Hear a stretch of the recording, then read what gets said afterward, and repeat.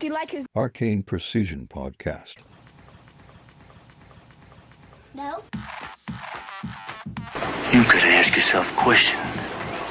Do I feel lucky? Well, do you, punk? Violence is never the answer. It's the solution.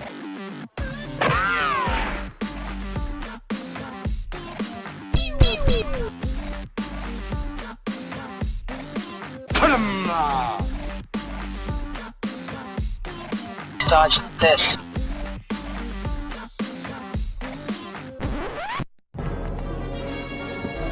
Pull the lever, Grunk. Hello and welcome to another episode of Arcane Precision. We just kind of realized this is our third year recording, so very exciting news. I'm Kyle, and today I'm joined by... Not Owen. I'm Juan. His name is actually John. And I'm Eric, and I haven't been here 3 years, but You're a baby. I'm the baby. That's all right. We're glad to have you. So kind of just going to get into it. This past weekend, there was a little event in New Jersey, right? By the name of the Bokur Brawl, put on by Seth and Steve out of the New Jersey SOBs. Why don't you guys start talking about things you liked there? Start with you, John. How was your weekend? I had a great weekend. It Would you say it's lovely? was lovely. Yes, it was a very lovely weekend. I did not sleep that much, but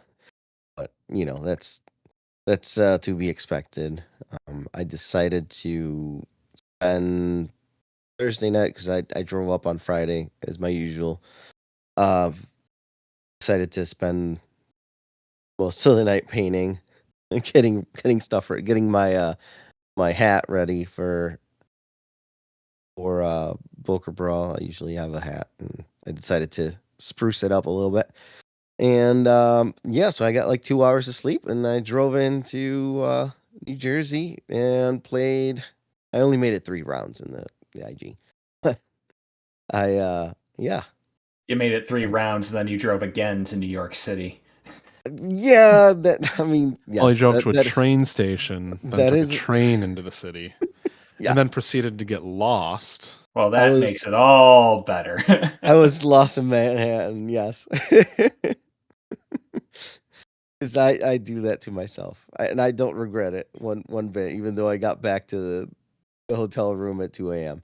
But anyway, I had a lovely weekend. How about you guys? Why don't you start, Eric? I also had a lovely weekend. A bit rough on the ego in certain places, but a very very fun weekend. A lot of great games with some great people. Got to meet in person a bunch of people that I had only previously interacted with on Discord, and that was a lot of fun. And probably the thing I'm most proud of is I got a lot of very positive comments on my paint jobs, which was very very gratifying. I've kind of complained a bit recently about how much extra work I have made for myself. I recently went back and decided that I was going to add edge highlights to all of the bits of white armor on all my little dudes, and I started doing that. Basically got through everything that I was bringing to Bokur Brawl and was kind of hating myself for making this decision, right? Like I thought it looked good, but it was a lot of extra work that I did not have to do, and it was very very affirming, I guess, to get that sort of feedback from people, like unsolicited. People would just like pass by and be like, "Oh my god, that looks amazing." One of my opponents was telling me that he had briefly done his own Dusk Army. Like he got the the Frozen Forgotten set, and apparently had shown to one of his friends pictures that I had posted on Discord of the cats from it, and said like, "Oh yeah, I think I'm gonna go with something like this," and that his friend was like, "Oh, that looks sick."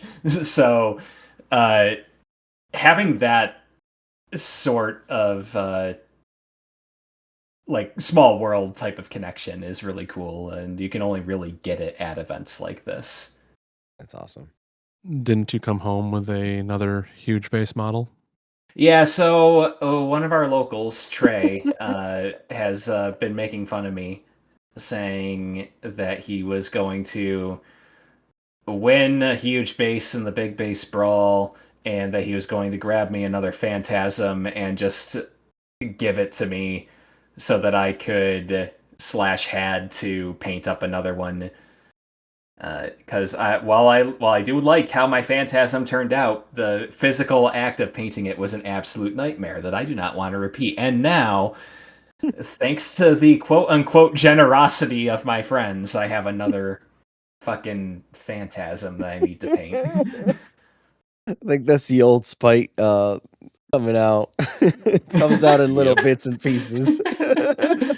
The little spite lives. Yeah, the spite Have you energy. gotten that out of the box yet, Eric? No, it is still in the box because first I got Imperatus to paint, and second, the instant the second Phantasm is out of the box, it becomes real, and I need to like process that, and I'm not doing that right now.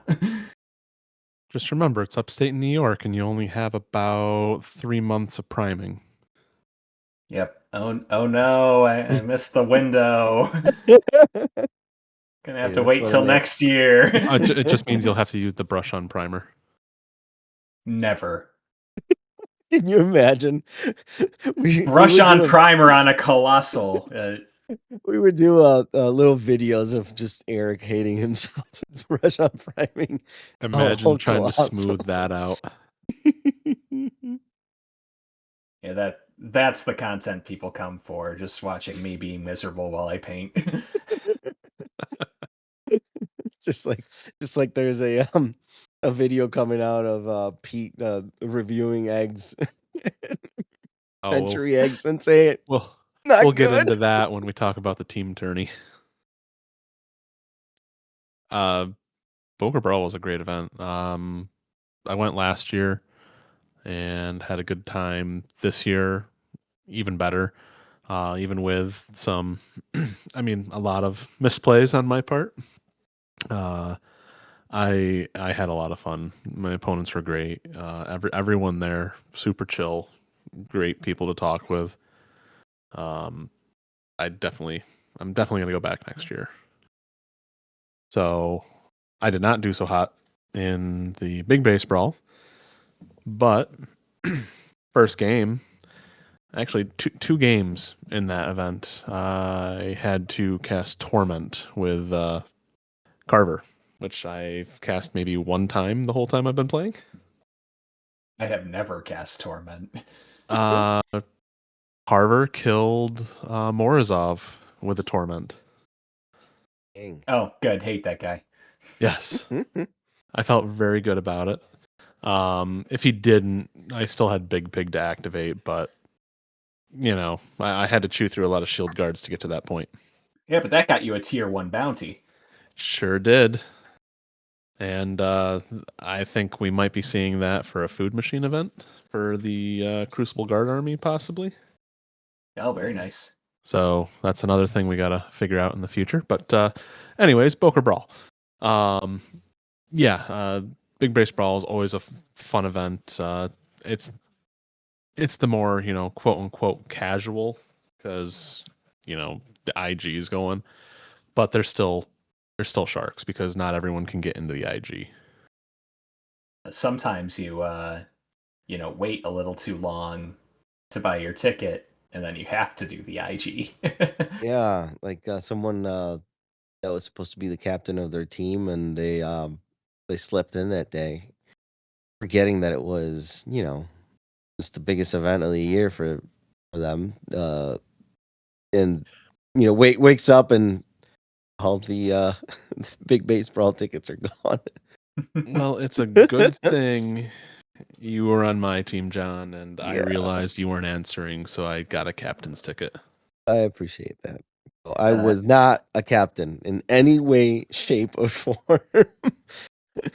I too entered the captain role for the team tournament by virtue of it being basically like, okay, everyone who doesn't want to be captain, step back, and me just not hearing that was the instructions. La-di-da. Oh. Yep. Wait, where'd everybody go? So anything from your first days, the first day event, like game wise, that you guys were happy, like excited about, like in the games? So, as is tradition, I got matched up against someone from Buffalo round one. In this case, it was Mr. Rick Coe, who gave me my first game into Kithgard. He ended up playing Stormcraw, and I played Cyrafel. Nothing like a game to start things off where you go almost the entire distance on time. Like, I ended up clocking myself. Rick was on something like 40 seconds left on his clock. It was a real grind. That's a good game right there. It was a good game, and it's a little bit of a benchmark in a few ways, I think, for how my game has improved over the past couple of years. Because when I matched up against him at Bokur Brawl 2024, like, I have told jokes about this a lot, where he was essentially farming me for scenario points. But this time it was much more of an actual game, and it was very exciting. I got to get that experience into the new faction, and because we're gonna be seeing a lot of them, so it's like, well, let's rip that band-aid right off. And of course, Rick is always a lot of fun to play, extremely knowledgeable about the game. You won't not learn something when you play him. What did you learn? I learned. So there was actually a moment in the game where one thing that I kind of pieced together that like separates like higher tier players from the folks like me who are kind of like usually finishing somewhere in the middle of the pack, is like being really fast at pivoting on your plan, like not getting too hung up on how you think your plan is supposed to go. Like there was a point where he was attacking with a bunch of his guys, and it was like a combination of he like missed with one attack, and then when like another attack happened, I replaced a guy with a ghost from the Void Engine, which didn't let him proc like his extra attack. I think it was like from Cleave or something like that. So he very quickly did that, like, mental math of, hey, this I'm not going to be able to clear this objective or whatever, so I'm going to be contesting it no matter what, and I'm low on time, so this doesn't matter anymore. We are moving on to the next thing. So like being able to recognize that sort of thing under pressure, and like even without time pressure, I have a hard time a lot of the time just like getting off what my current plan is and adjusting to like the pragmatic reality of what's happening on the tabletop. So I think that is definitely a skill to work on, is just being very aware of just how much you are going to accomplish with what you have left. Yeah, and I think that's something, I mean, I definitely need to work on, because I'll come up with a plan that I, spent way too much time coming up with, and then like immediately the first thing goes off the rails, and I'm like, let's keep trying and keep trying. Well, yeah, and it's not even so much like things going off the rails, because like things didn't like he just missed a couple of attacks, that's fine. But he realized that like the amount of time that he had that he was going to spend like it wasn't worth the time to kill a couple more dudes if he wasn't going to take the objective. So like it wasn't even things had gone horribly awry. It was all like within the realm of what was like possible and likely. But he was able to just realize that he wasn't going to get his ideal turn and moved on from it immediately. You know what I mean? Yeah. It's definitely a skill, learning the pivot, and not just sticking to that plan that's not going to get you where you need to be. Well, yeah, because like in my own games, it's like my mindset is very much it's like, okay, well, I missed a couple of attacks, but I still want to like kill as many of these guys as possible, so we're going to roll them out. But it's like, well, in the grand scheme of things, that those couple extra kills that you get might not actually matter. Yeah, I'm looking at the the scoreboard for it here. So like I clocked he was up 5-4 on scenario, and I was up 40-39 on army points. It was a really good game. I'm a little scared of Kithgard once their last box comes out, though. Which doesn't that come out like very soon? Sure. I have no idea. I mean, it has the steel backs and everything in it, right? Yep, that's the one. John, why don't you go into your first day, like anything that like you enjoyed? Well, mine's going to be a little bit of a story. Not a lot of game talk. I already said that I spent all night painting, and I made the drive over to Bokur Brawl on Friday morning, and just in time to play in the IG.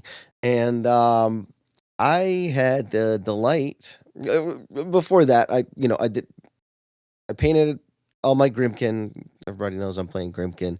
I had a nice theme for it. I'm like, go with the meme, house party. I had my little DJ Dead Mouse objectives and all that stuff, and was feeling pretty good. Tired, but and then I knew it, but I remembered again. I was reminded as soon as I got there that I was in the very infamous Pod 5. And which I had made a meme a couple days before, where I put all the highest rated players in that pod. I put them all on that porn girl meme on the couch, and all their Discord avatars were their faces, and my face was on the girl as I'm sitting there on the couch. So they decided to remake it into a real life meme. So there's a picture of me out there sitting on the couch in the entrance of Bokur of the VFW, with me with all the guys behind me, which was pretty fun. But yeah, I went in. I was feeling okay, and then I get paired against someone that was around my level. And I felt a little better. I'm like, oh, I get a sort of like a it's gonna be a game. It's not gonna be probably not a stomping. I mean, I don't know the guy, so might as well just be someone that I don't know that is a shark. But ended up playing, and it was a game. Highlight of that game was that I got to pull in most of his battle group because he was playing Hasker. I got to pull in most of his battle group with the houses, and basically killed Plugger with just my initials, which felt pretty good. But it's gonna be the theme of my weekend. It's just taking too much time to do the things. I'm doing the right things at points, but just taking way too much time. And unfortunately, I ran out of steam.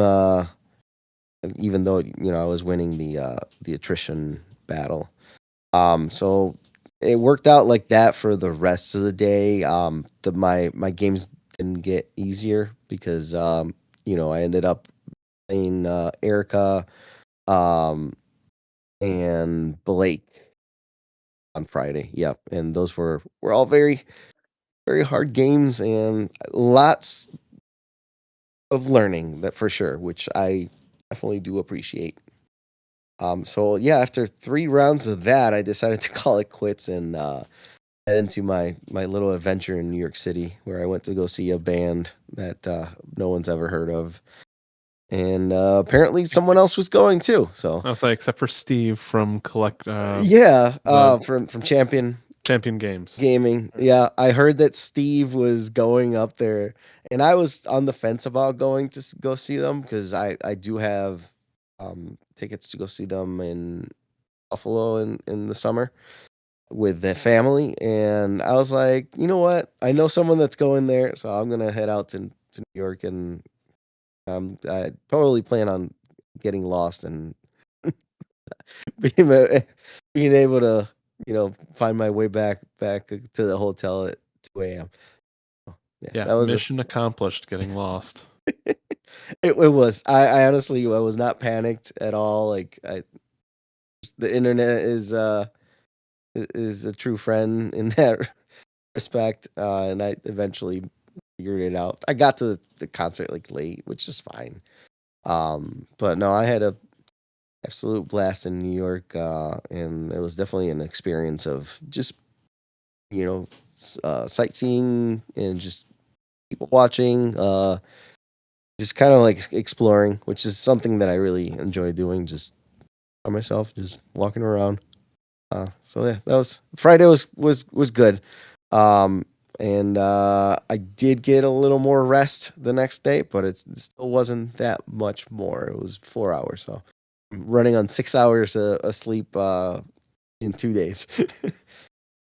Yeah. So then we go on to Saturday. Yeah. Um, we weren't all on the same team.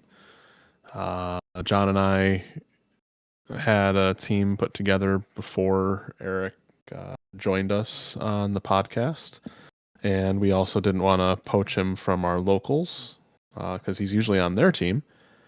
So John and I were on a team with a few other people, and Eric was with a few locals and then a few mercs, if I recall. Correct? Yep, we had our locals, Drew and Trey, playing Wintercore and Brine Bloods respectively. I was playing Dusk. And ordinarily, the last 2 slots would be filled by David and Amber. They weren't able to make it this time, as Amber was graduating from grad school. How dare So, Congrats, right? Amber. Yes. Priorities. But we put out the call for Mercs pretty early on in the proceedings and got answers from David Lee and Sterling from out on the West Coast. So got to meet him for the first time. He's a great guy, had a lot of fun, and we realized that we had a team full of people who were not only willing to dive on grenades, but eager to do so. So How did your team end up with the mercs? Because I know that can be, difficult sometimes. we ended up 2-3 on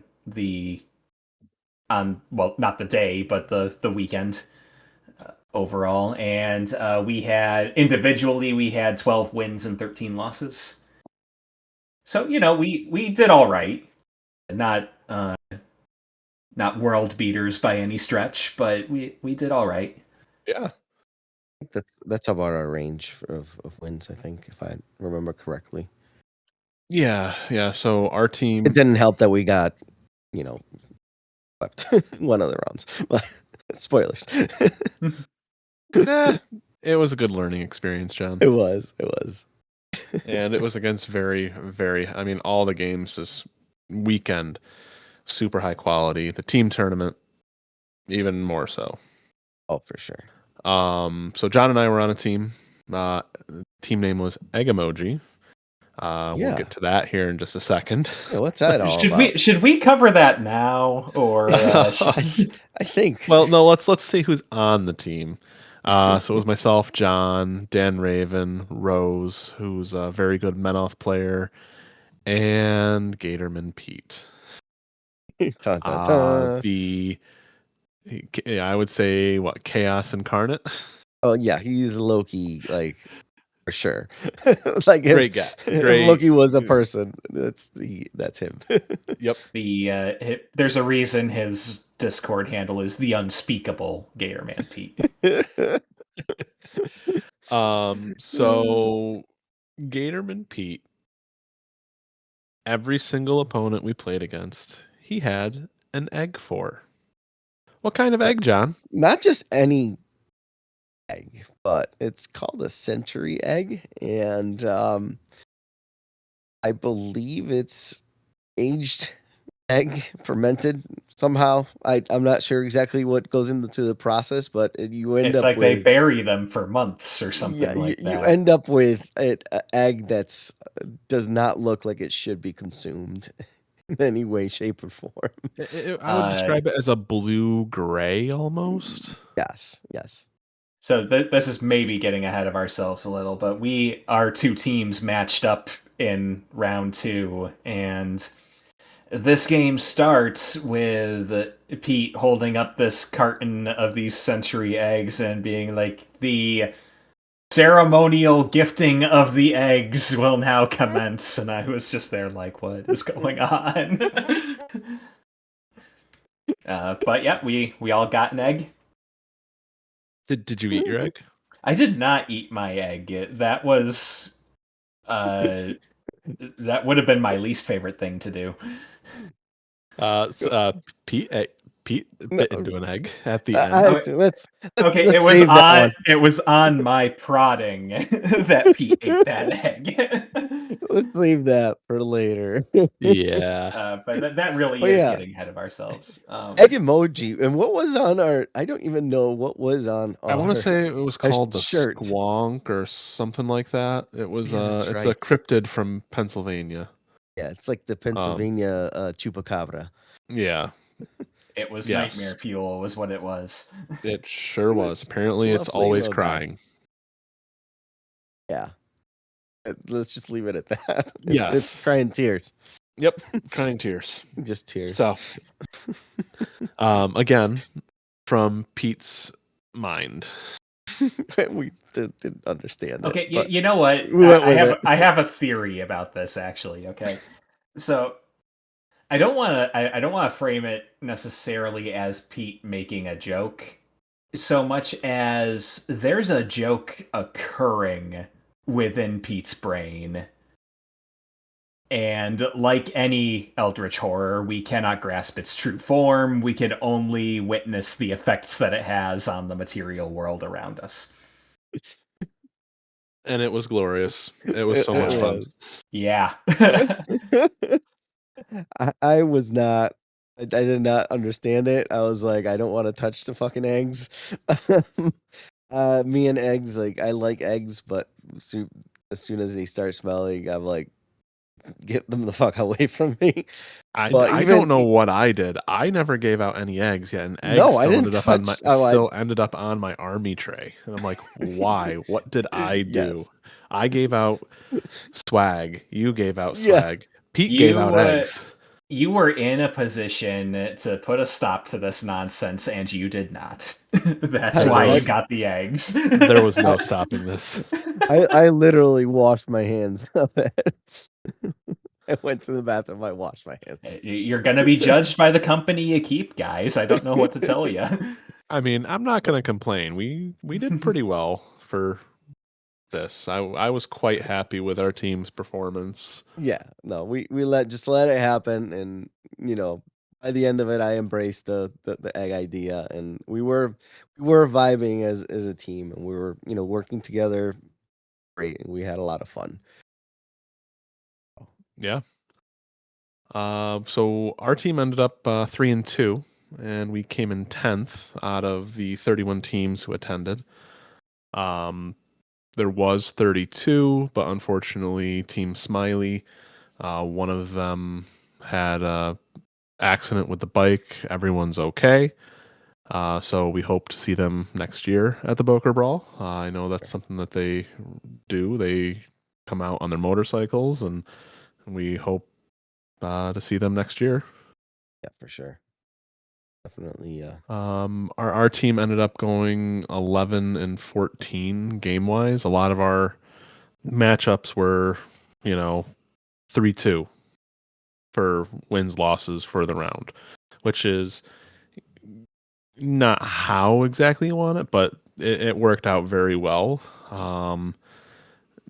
Dan had written this program that you can kind of rate, and it kind of gave you, an optimal pairing for the team event, and I think it worked out. A lot of the mishaps were where we either rated it higher or lower than we should have. So, human error, of course. Yeah, we definitely misjudged some matchups, but that's a human error rather than the program doing its thing. Well, I and like that is very subjective in a lot of ways. it Like is. Mhm. you can have your own personal experience into a faction and then not really know how it plays in the wider meta because like we're here just playing the same 7 or 8 people week after week.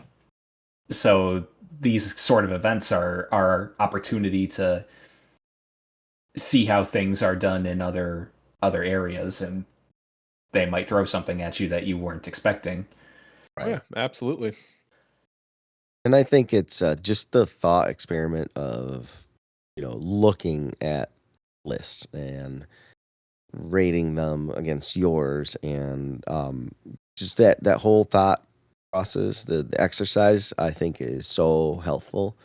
And this program that Dan came up with makes it a little easier because I know that before we would just put it in an Excel spreadsheet and kind of like just put numbers on there. But this, I believe, this made it a lot easier, and we didn't all fill them up, because he's still working out the kinks on the program.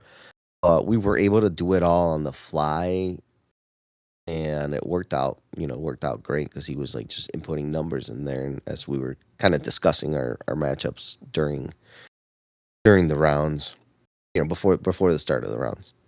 Well, and just like having that sort of like codified talking through it. Like I know for Right. our team, we were very informal about it, just being like, okay, how do you feel into Old Umbry?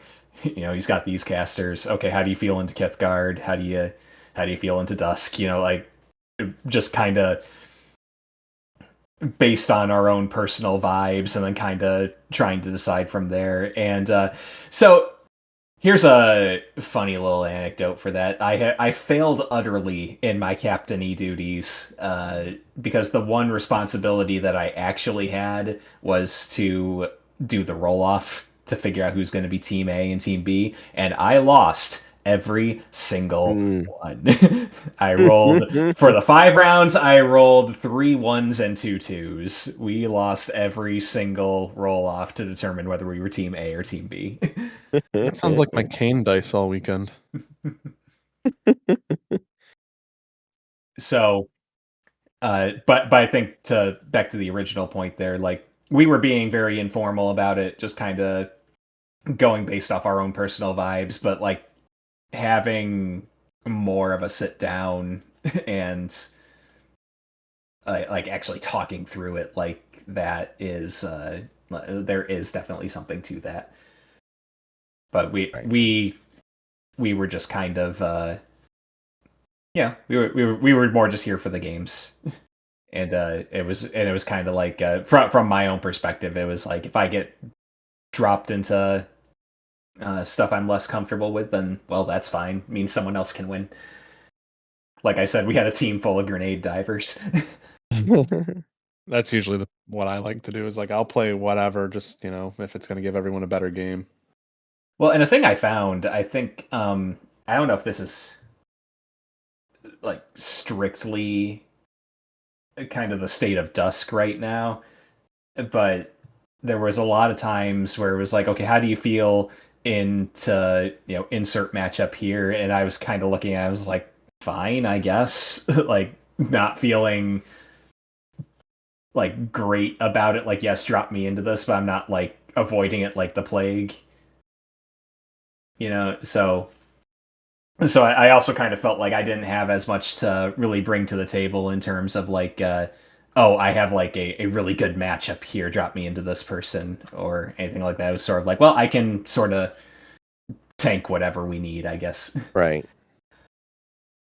So do we want to do like a small, like, not like talk about all the games on Saturday, but sort of like a play by play of who we played against, how did it turn out? I know it's gonna be a little bit easier for me and Kyle because we can kind of like tag team the rounds. Okay, Um, well let's go to round one. yeah. We'll go through all three of us. Yeah. Round two, go through all three of us. Like let's Yeah, just do that. Yeah, that sounds good. All right. So you want to start off in round one? Sure. So round one, my team, the teamiest team to ever team, was dropped into a team called Bradigus Did Nothing Wrong. Spoiler alert, he would go on to do some wrong things to me later in the day, but that's a story for round three. I ended up playing Cyrafel into Dreamer. My opponent was Larry Paladin. He was playing Grimkin. And he was a returning player from Mark III, and sort of got caught out a little bit by how explosive Fault Line can be. Yep. And I was dropping Cyrafel, very strong scenario presence, and especially like she's got this pretty nasty combination of extending threat ranges and also like keeping you off objectives. So it's like when your instinct is to respect the extended threat range, if you give it a little too much respect, then you can't really get in on scenario. So he sort of fell into that trap and didn't quite realize the implications of how quickly that scenario can run away from you. So we had a bit of chat after it. I think just as kind of like, yeah, this was not a great not a great way to like be sort of reintroduced, I guess, but Baptized in Mark IV goodness. well, yeah, and ultimately, I do find the best way to internalize a lesson is to be victimized by it in the worst way possible. Yeah. So that was my round one. Yeah. So how did the team do overall? We went 4-1 this particular round. Okay. So got off to a pretty promising start, and it was part of that was that our opponents were down a player. So we did end up getting a bye for one of the games, which was unfortunate. Yeah, that's too bad. But we gave the rest of them their day. The David had to sit out for the first round, but he told me at the start that he was mostly fine with that. So he was like, if we need someone who's willing to not play round one, he's like, just put me as the last one. Gotcha. That's cool. How about for you guys? Yeah. So our round one, we got paired up against the Maryland crew, blockers. Yep. Great name. And I got paired up into, I believe his name is Brian. I've met him a bunch of times, but we actually never had played each other. And we definitely had a great game of King against Ekithys, which was a very interesting game. I'm not gonna go over, bit by bit, but it was just a King. At least the list that I have is it's sort of like a grindy, like playing like cat and mouse kind of game, a little scenario and area denial and stuff like that. And Ekithys is a his list is at least the list that is popular right now is a very grindy, like a bunch of dudes that are hard to remove.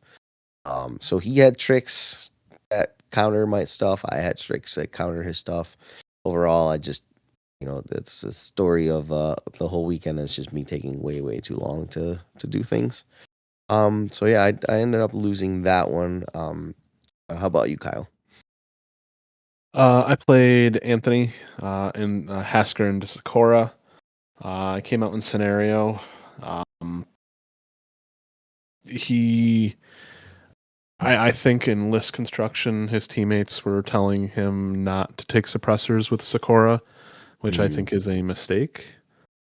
So he had Wrecking Crew and some pikemen, so I was able to kind of just take things off at range a little bit easier, and just came up on scenario pretty heavily. Gotcha.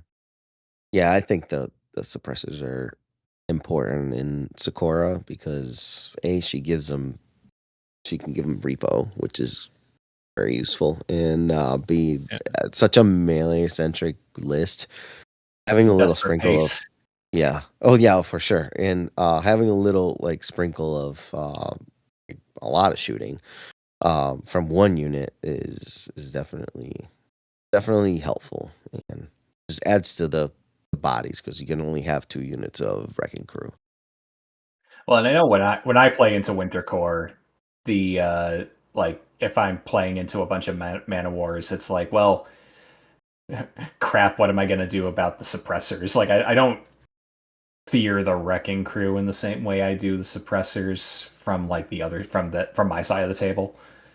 The threat range of the suppressors is longer because they're a ranged unit, and volume fire remains a stupid rule in my eyes. It's very strong, and the rerolls she gives too. Yep, the rerolls, like she really does crank suppressors up, and Yeah, so we ended up taking that round 3-2 despite my best efforts submarine us. And Yeah, we very heavily went in scenario on that one. I think Pete got 23 control points, oh, and I got nice. 15. Nice. And then round 2. I wonder who we played in round 2. Who the yeah, teamiest team to ever team? Who are those guys? I they don't know. had to play these bastards who gave me eggs. No. Pete gave you eggs. Remember that. No, Pete. no, you guys are part of the whole here. We were Like we were you are accomplices. not getting out of this without some measure of guilt. Fine. I got threats, man. That's all I'm saying. Whether we wanted to, we were in this. Whatever eldritch horror you guys were summoning with your rituals and all this, I was not part of it. You guys were. So yeah, we played each other. Well, we didn't play Eric. Eric played one of our other teammates, Dan. How did that game end up going? I'm pretty sure that was a grind where you paid for 2 hours of Warmachine, so you got 2 hours of Warmachine. This fucking game went to full time. I clocked. Dan was on 2 seconds left on his clock, like literally 2 seconds, and I at I feel like in this game I was just making every blunder I possibly could have. Like I was messing up order of activations. Every single turn I took, each of us blundered like 2 or 3 assassination runs, and I was playing Cyrafel into what's her name? Lycia, the old Umbri sniper lady. Yeah, Galena. And yeah, it was it was brutal. Just I was like we went to shake hands after the fact that like we were both just like having tremors, just like and I actually kind of had to take a moment afterwards, just like because like it was such a rough way to lose a closely fought game, even as I was making every blunder I possibly could have. It was just sort of like, all right, dude, I'm not mad, I'm not tilted or anything like that. I'm just coming down, you know. And it was made especially rough by the fact that that was the deciding game between our teams. Yeah, I mean, at that point, it was 2-2. I played against David Lee into Sakura again. I played Hasker again. I almost kind of felt like it should have been a bottom of 1 feet.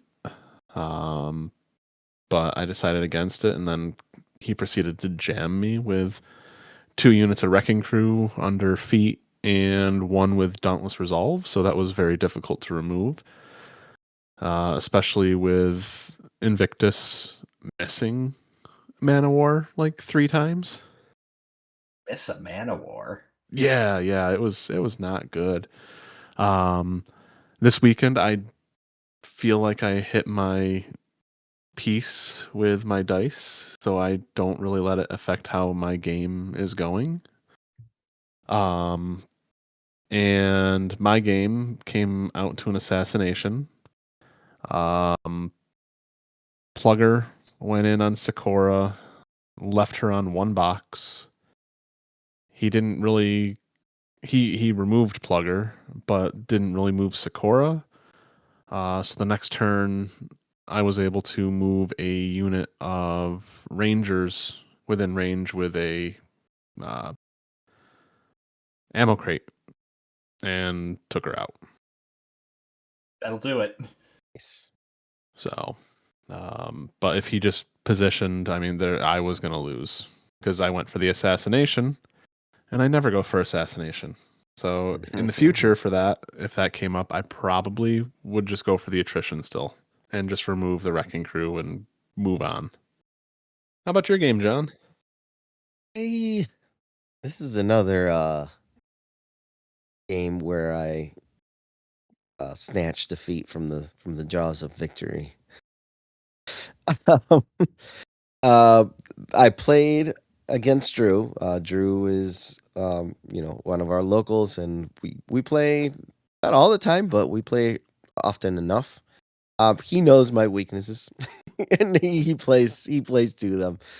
He was playing Baronova, also Kador, and I was playing King, and I kind of knew the game plan that I should be following, and it's like Baronova has a tough feat. It's -2 speed, and can't charge and stuff like that.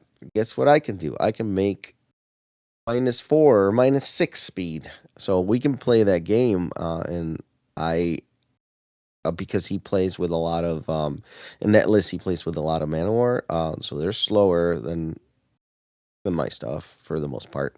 So I could have just been playing that game. Instead, I've decided to, because he shoved Baronova up the field, I decided to try and kill her, which I've done before, but I didn't really think about how difficult it is to kill Mana War, especially when you can't charge them.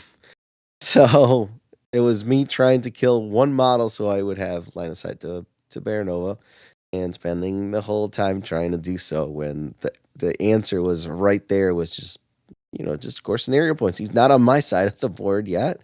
Score scenario points, and which I did, but by the time that I figured it out, I had spent way too much time trying to kill that that damn man of war that was in front of her, and you're trying to hurry up at the end. You don't have a lot of time, and I made a couple errors where I didn't score where I should be scoring, and I end up going up 2 on bottom of 2, where I should have been up 3, and not scoring that one spot that I failed to do, left it so on his turn, I wasn't scoring that again. So it ended up being like the scenario lead that I had wasn't as big as it could have been, and also it dwindled very quickly. So yeah, I learned from that game. It's just to, sometimes you don't go for the stupid assassination, even though it looks like it's possible. So yeah, but we did again, despite my best efforts, win that round 3-2. So the story of that game then is Drew basically went like, "All right, John, I'm gonna bait you with this. Ready? Like here you go. This model that I'm moving right now is bait. Got it?" he went full he went full what's that movie Dodgeball, where he's like he's basically he's basically Ben Stiller, and he's like, I know you know that I know that I know you. And he just put Baron over right there. I'm like, you want to kill her? I'm like, yeah, I do.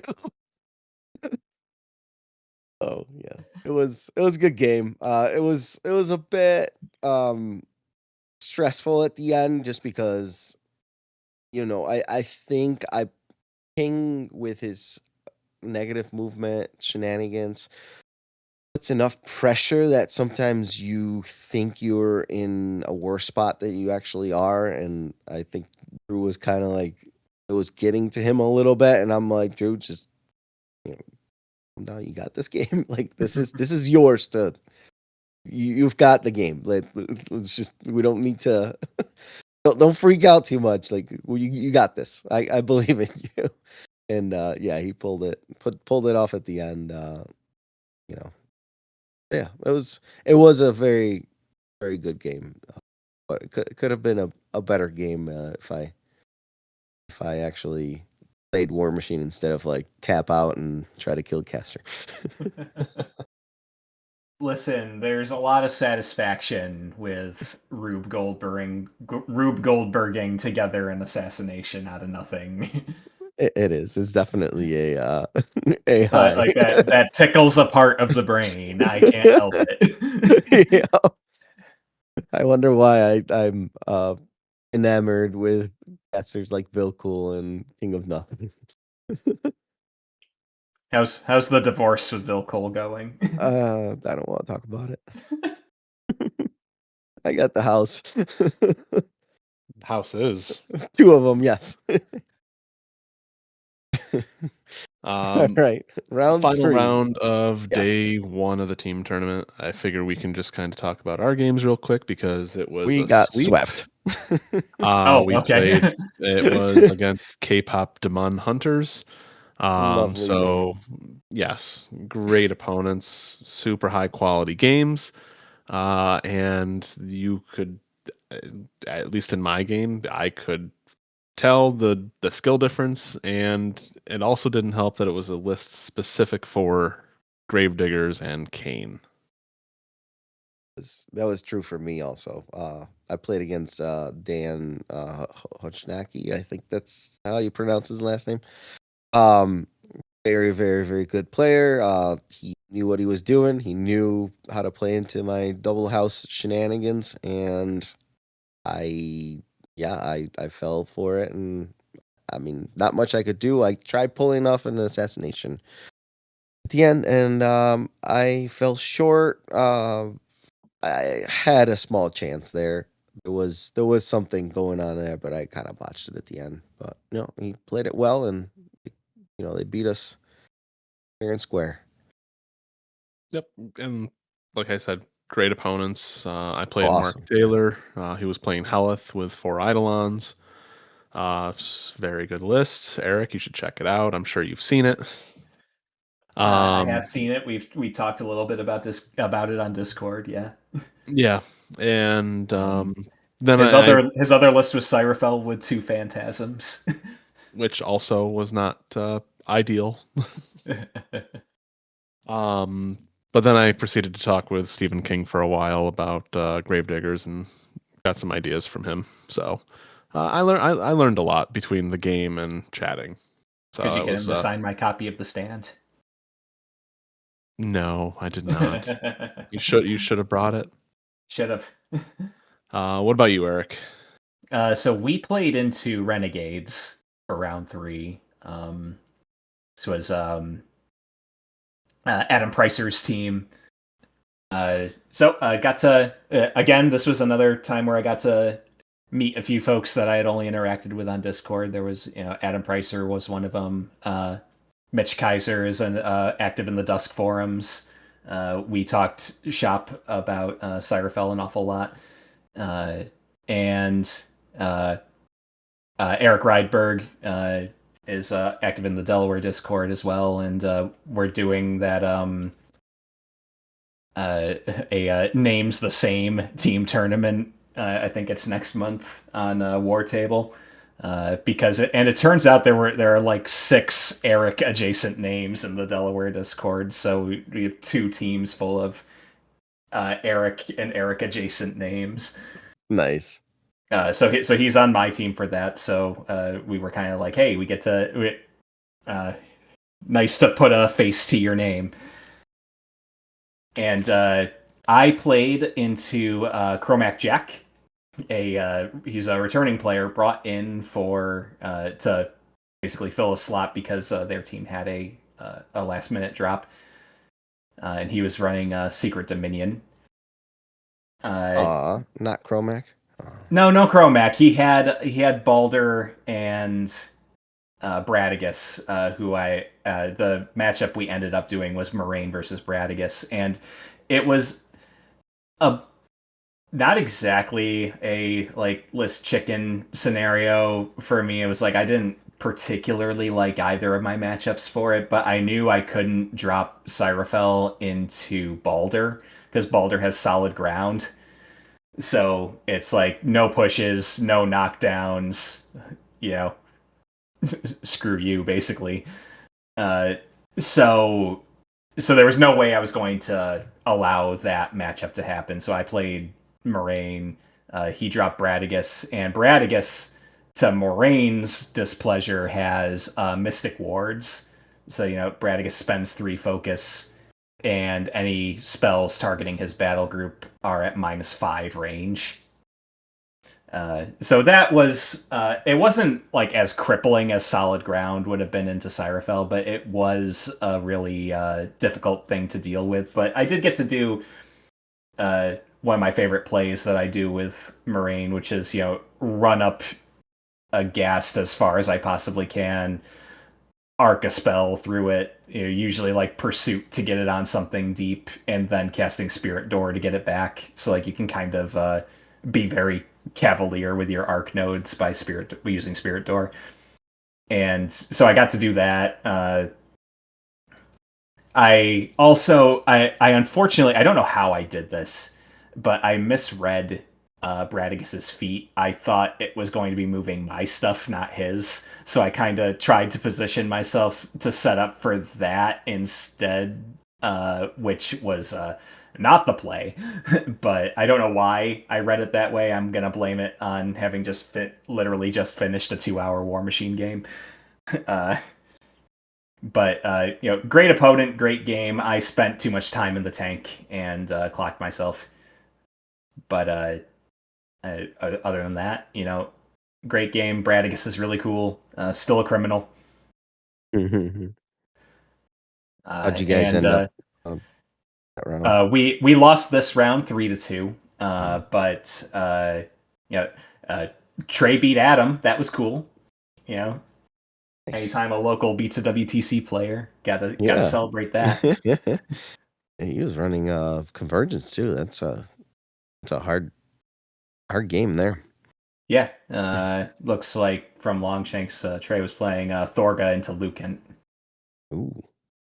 But yeah, so great game, great round, great group of guys. I had a lot of fun. But was kind of in a no. My best matchup in this case was still an uphill battle, Yeah. and I kind of think the reason that it was as close as it was because my opponent just didn't have as many Mark IV games, so I think I think that leveled the playing field a little bit, but it was also like I was kind of brain fried after round two. Moraine is the most in the tank caster, Yeah. and which is why I love her, but is also why I'm struggling with her right now. So round 3 is in the books. Well, Saturday is in the books, really. Yep. And then we all went to the buffet. Yeah, we went to the buffet, and then we went and hung out at the hotel. That we weren't staying at. That's true. We weren't staying at, but we went and hung out anyways. Yes. Um, got a nice game of Lords of Waterdeep in. Oh, nice. I played a game of Commander, which was enjoyable. I won with a nice group hug deck. We hung out with the team that was going to be playing us on Sunday morning. I did my best to get them all drunk with sortilege.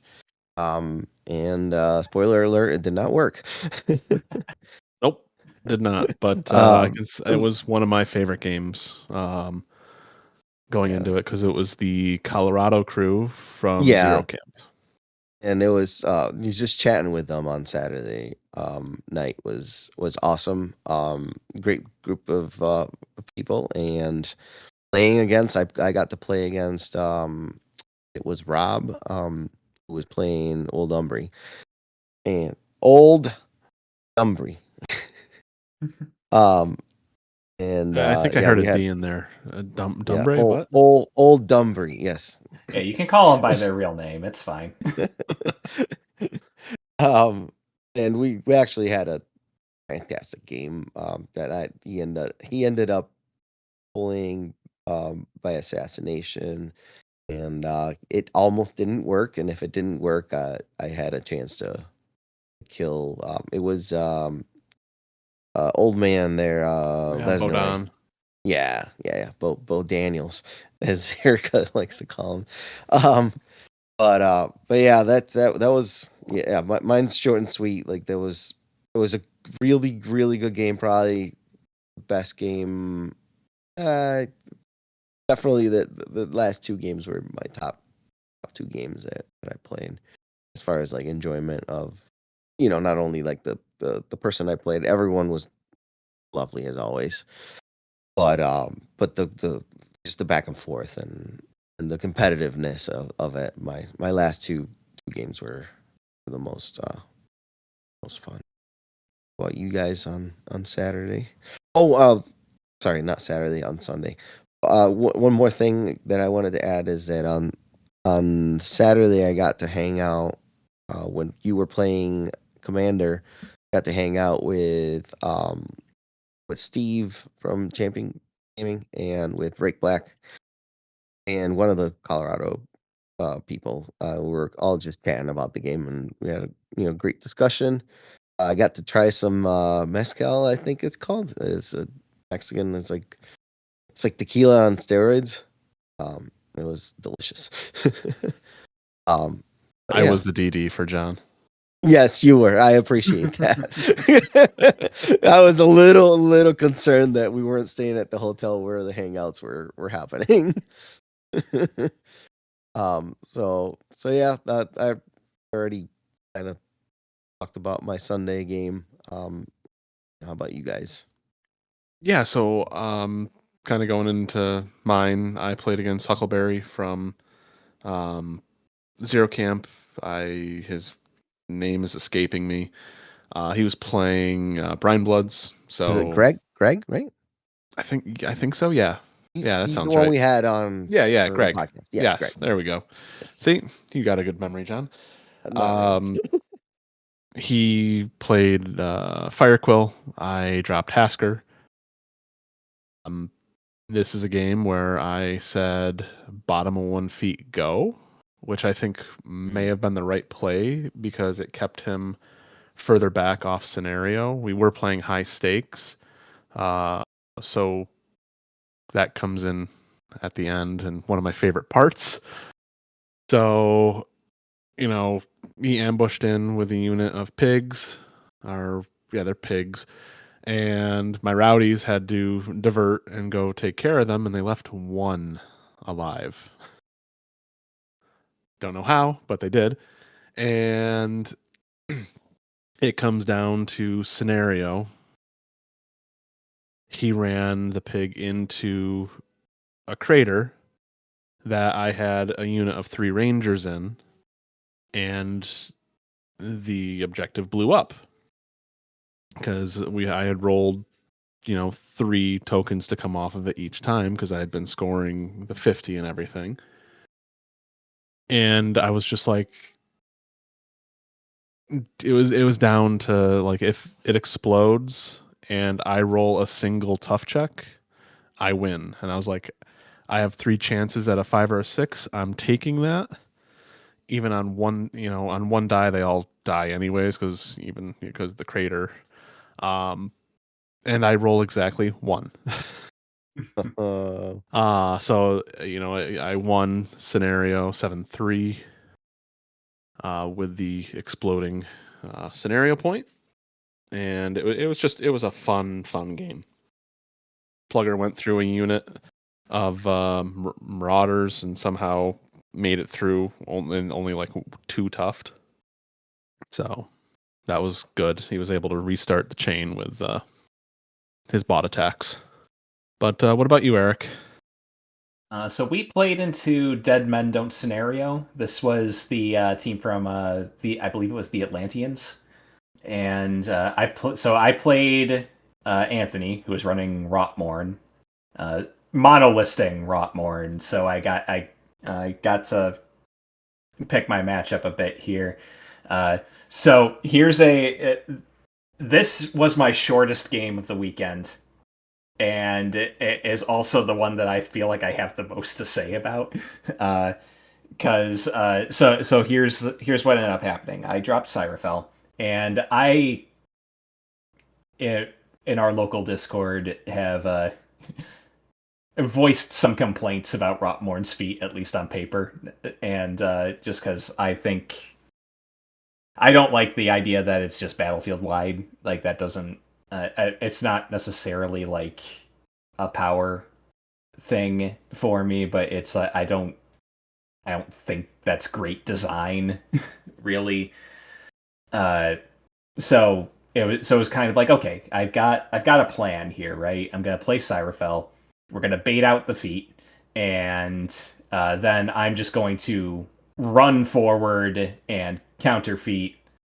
Because like I won't be able to see anything anyway, and we'll just like get ourselves into a commanding position and have our feet up, and it won't even matter that Rotmorn has feated because I wasn't going to do anything that turn anyways. And I did that. It went pretty well until I slapped clock over to my opponent and realized with mounting horror that I had left a Virager shaped hole in the middle of my formation right next to my caster. And I was on 1 focus because I got greedy and decided to cast a second Force Blast. And there was a trapdoor nearby that I was about to get a very real lesson in what it actually means that the trapdoors aren't models. Because I had it surrounded with guys because I knew my caster was pretty close to it and was like, I don't want ambushers coming out of this trapdoor and shooting my caster full of bullets. So I had it surrounded by dudes, and that doesn't matter because it's not a model. You can't engage it. Rotmorn can still arc through it. So Rotmorn is, arcane attack 8. My caster was in a crater, and it was 10s to hit with what is it? A Hand of Destruction. So just needs to roll a boosted 10, which happened. then Virager vaults over my 2 Eidolons, lands right next to Cyrafel, and the feet can't push it back through my own stuff, so Cyrafel just got punched to death by a giant frog. And it's one of those things where it's like, if I had like I did 3 things very wrong here. The first was leaving a hole for the Virager. The second was getting greedy and spending 3 focus on a second Force Blast that ultimately didn't get me a lot. Like, it, moved something back that wasn't going to matter anyway. And the third was not quite realizing that, like, oh yeah, she can still arc a debuff onto me, and that's going to be a problem. So it's like, I feel like if I had done like 1, maybe 2 of those mistakes differently, then we would have been playing out the rest of the game. But like, shout out to my opponent for recognizing that I gifted him that. Like, and he went for it. So that is a thing to be cognizant of when you're playing into Kithgard, is that there are implications to the trapdoors not being models that might not be as readily apparent until it happens to you. We've talked about getting got in the worst possible way as a way to internalize your lessons earlier. Mm-hmm. Oh, definitely. And we lost this round 4-1, so I didn't ruin everything with my idiocy. But no, it is funny just because, like, my opponent was very apologetic after pulling that assassination. I was like, no, dude, I gave you that. Like, good on you for recognizing it. Yeah, and then last round of the weekend, we went into Scary People Scaring People, which is one of the Buffalo teams. They did have a Merc, and our team ended up going 3-2. I played Hasker into Infernals against Matthew. I lost scenario. I kind of goofed up on placement. I was more worried about my caster being assassinated than paying attention to where I had a solo or other things to be on scenario. So that got away from me there. So I lost on scenario 8-5. What about you, John? How did your game go? I played against Don from Buffalo. We've met him a couple times. He's come over for steamrollers in Syracuse, and really nice guy. I actually never talked to him too much. He's kind of a newer guy in the meta. But we had an awesome game. It was Butcher versus Butcher from Orgoth versus King, and it was a very, very, very good game of that cat and mouse. I was very scared of his threats. He had the Trogdor, the Burninator. Love that flying monstrosity thing. It's not a monstrosity, but he's really, really cool, but very, very scary. I was kind of, I never played. Have I? No, I never had played against it before. I've heard a lot about it, how long it tramples and all that kind of stuff. So I was very scared of it, just demolishing all my models. My king list has a lot of single wound infantry, and I did not want to be trampled and lit on fire.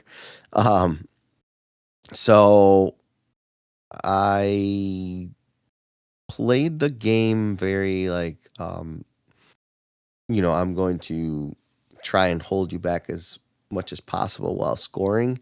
and I'm gonna try and prevent you from scoring, which I was able to do with I was able to pull in uh, uh, aberration that was holding a flank.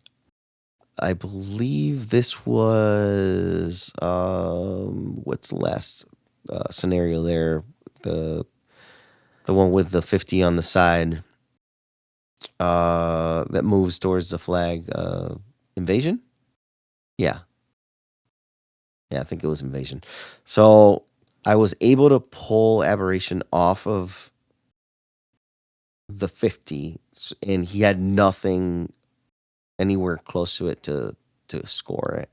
So I was able to go up 3-0 on bottom of 2.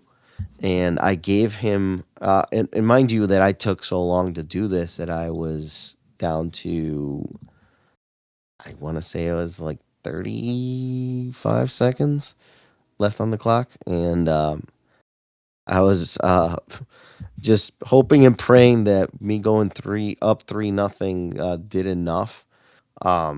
And he spent some time trying to untangle what I had. Um, Whereas I not only went up 3-0, but I made sure that some of his stuff couldn't move as far without his king's negative speed debuffs. So yeah, he ended up not being able to pull it off at the end. Afterwards we talked about it, and in the moment you kind of miss some things here and there. He missed some things. I miss some things as well that we could have done to make our games better. But no, it was a great game, and I believe it was like the last game of the tournament because they were picking up when we were still playing. I think I And saw that. I looked over across the event hall, and it's yeah. just like John is still playing. Oh my god! Yeah, I was getting a little nervous. I'm like, oh man.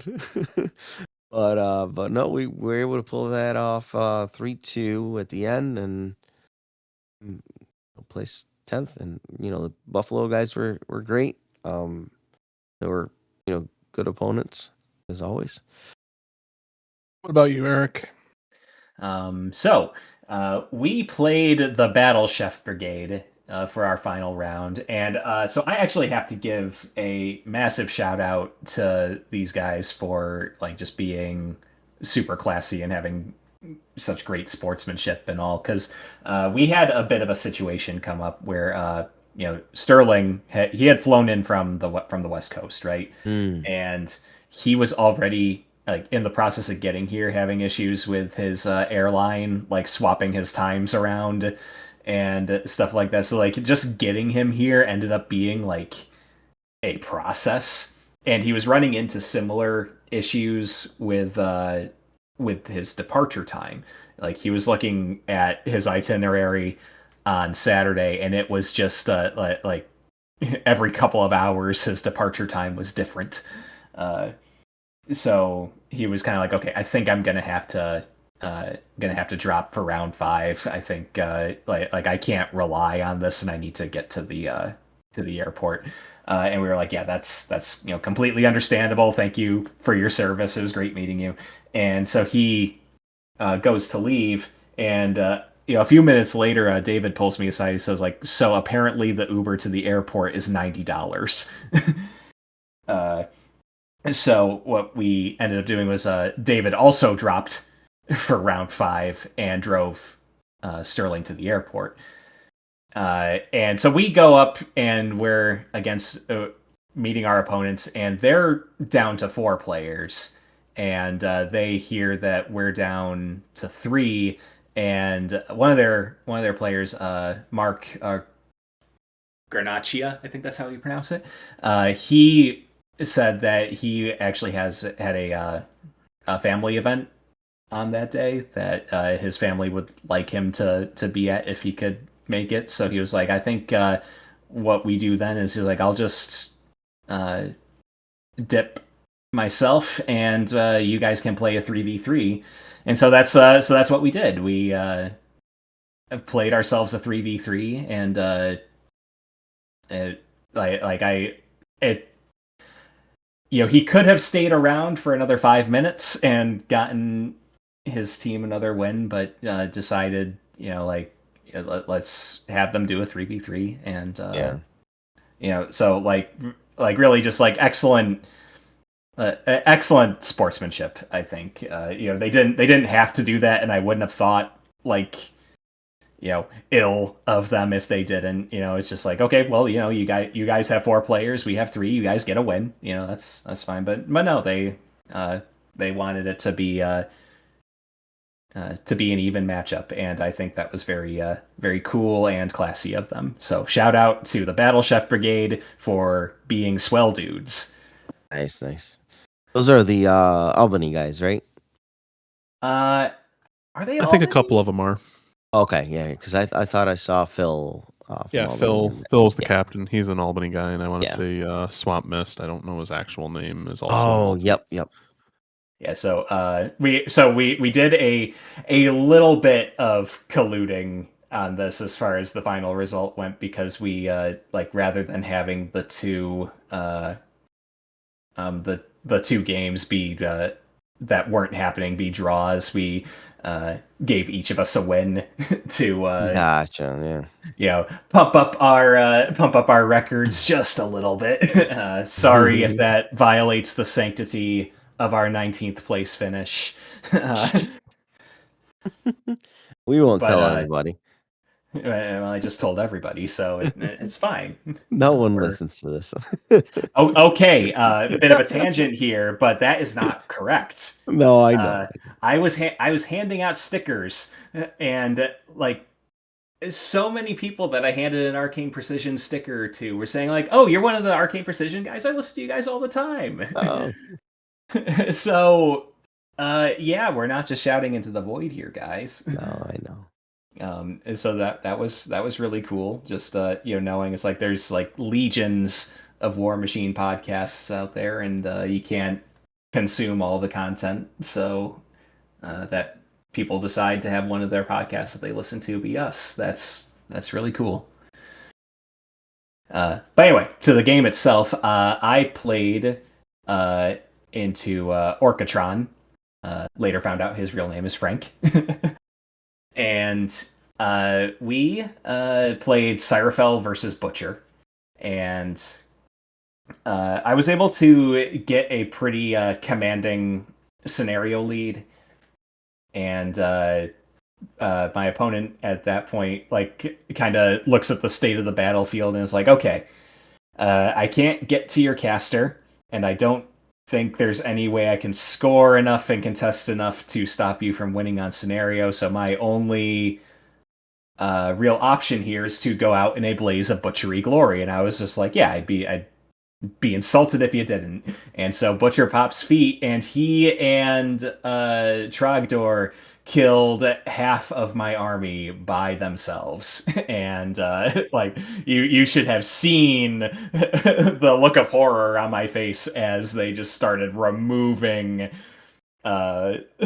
things from the board. Like, it was real bad. I was just like, okay, thank God we got that scenario lead, because that would have been really bad. Yeah. But yeah, really, really fun way to close out the tournament. Great game.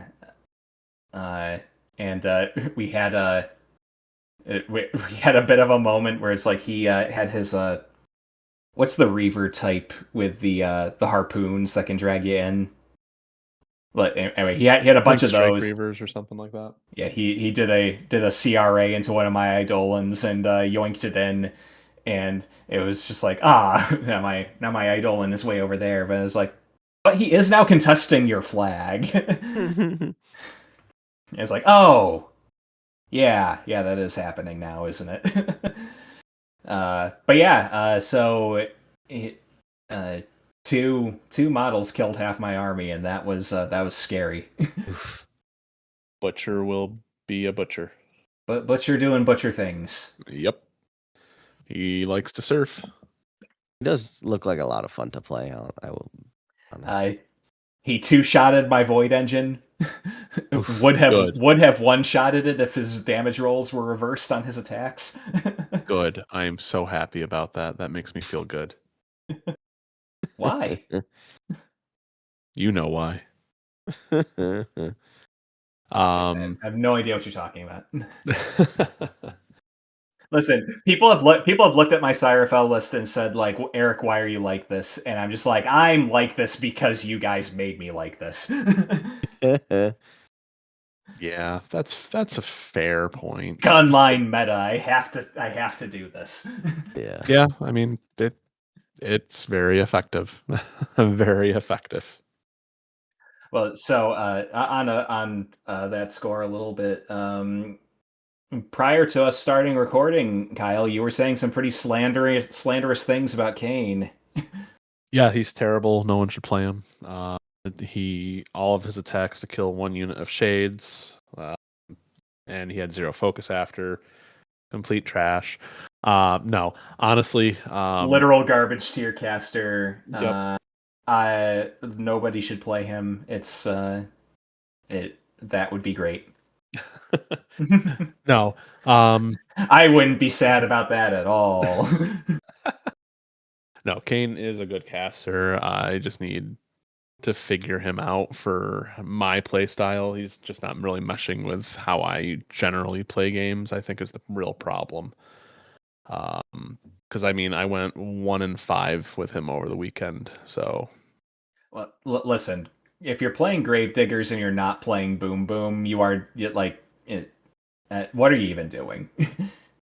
he just needs something else. His feet needs to be changed up a little bit, or it's just something about it needs to be changed, and I think you'd see a lot more of him. Counterpoint. Boom Boom is cool. Boom Boom is really cool. A really cool model.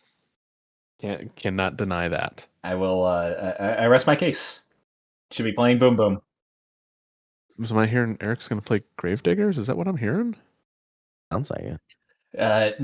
No, because Fane and Nero is coming out, and I was just handed a big box full of Crucible Guard. And I still got Necrofactorium that's not painted. Like, what am I doing with my life? You might want to get painting. Coming from me. You don't get to talk to me about painting. Invictus is almost done. Every Mark IV game that I have played has been with a fully painted army. So That's impressive. Oof, that is impressive. I can't even say that. John, you paint up an army in like 2 days, like a full Yeah, but I'll play two-list with army, it. and it looks I'll amazing. play with it in the process. I mean, you painted a house in what, like 6 hours? Something like that, yeah. a whole house? 2 of them. Yeah, a whole house, Inside inside, and out? outside. I painted both of Oh. them together. Yes, inside and outside. I could technically say I painted the inside of the house because, like, the mouth and the windows are painted. There you go. Uh, Overall, I want to just thank Seth, Steve, and everyone else who was involved in running the Bokur Brawl. yes. Just thank you so much. It was such a smooth event. If you can make one event out of the whole year, I highly recommend going to the Bokur Brawl. Yeah, like basically, like I'm trying and wanting to get out to more travel events, like the larger cons and stuff like that. And if at any point at any given year, if there's only one, if it's like you're only doing one, for me it's Bokur. Right. I just wanted to say that, for 2 people that, well, I know there's more people that get involved in with whether it's organizing or putting it all together, but these people make, at least for me, like one of my favorite weekends of the year, and to do that for 10 years, which it seems like only yesterday that it had been born, Bokur Brawl. It's it's awesome. It's just so great to see, and congrats to 10 years, and hope to be able to attend many more. Wait, I thought they weren't doing the Bokur Brawl anymore. At least, Oh yeah, they canceled it. Yeah. At the VFW, and they, yes, I almost shit Some my old pants. tweets have surfaced. the great fake out, as Seth I think has called it. Yeah, I almost shit my pants. I'm like, what just happened? Yeah, And then they're so like, and we're moving. yeah, so next year, it's going to be in June. Let's see, June 25th through the 27th, and it's going to be at the Crown Plaza Hotel Conference Center in Plainsboro. So it's about a half hour further south than where we were at the VFW. The unfortunate part with that is they're not going to have any food that they can do. You'd have to, but there's no outside food from the hotel.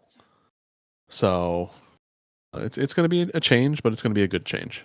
I think so, yeah.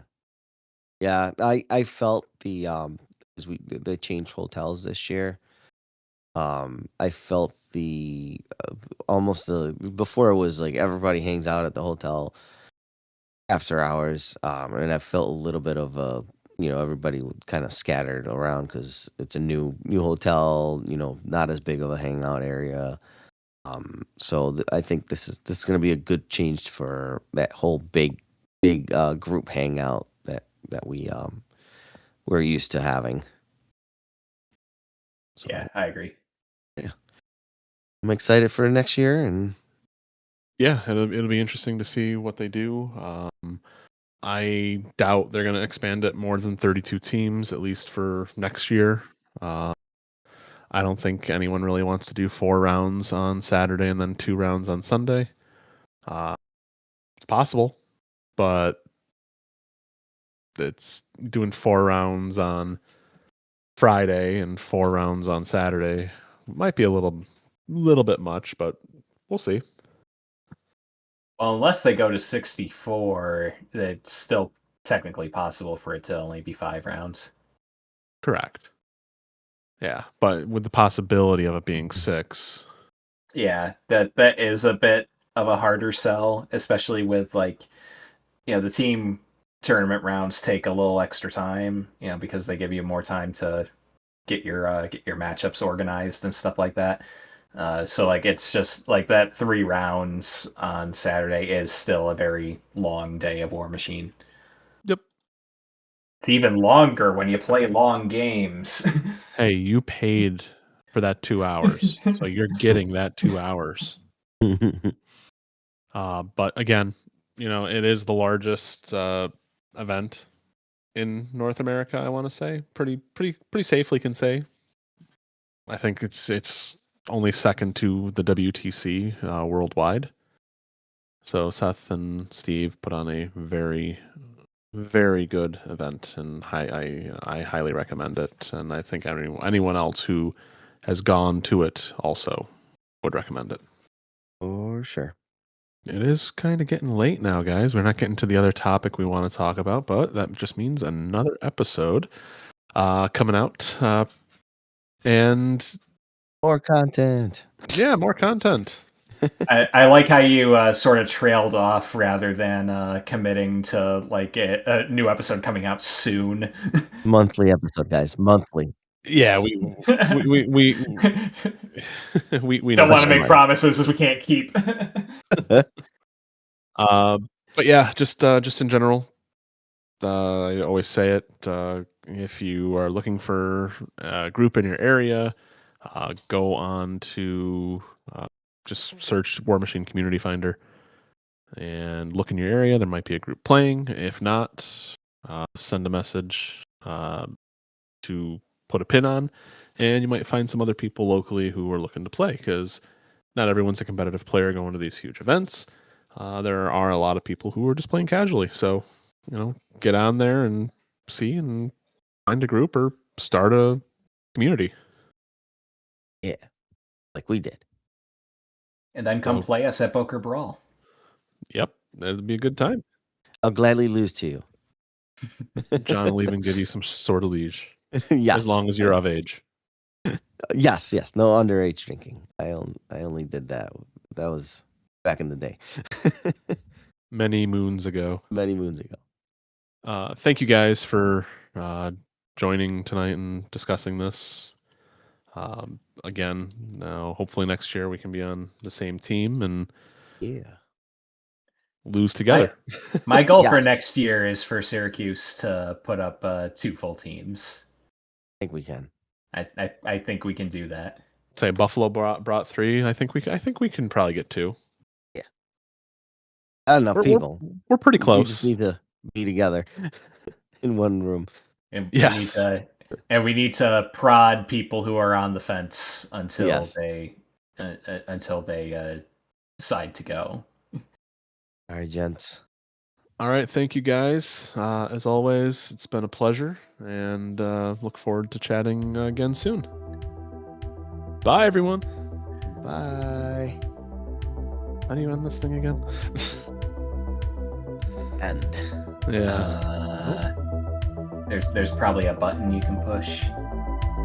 So it's not end, it's stop, John. You lied to me.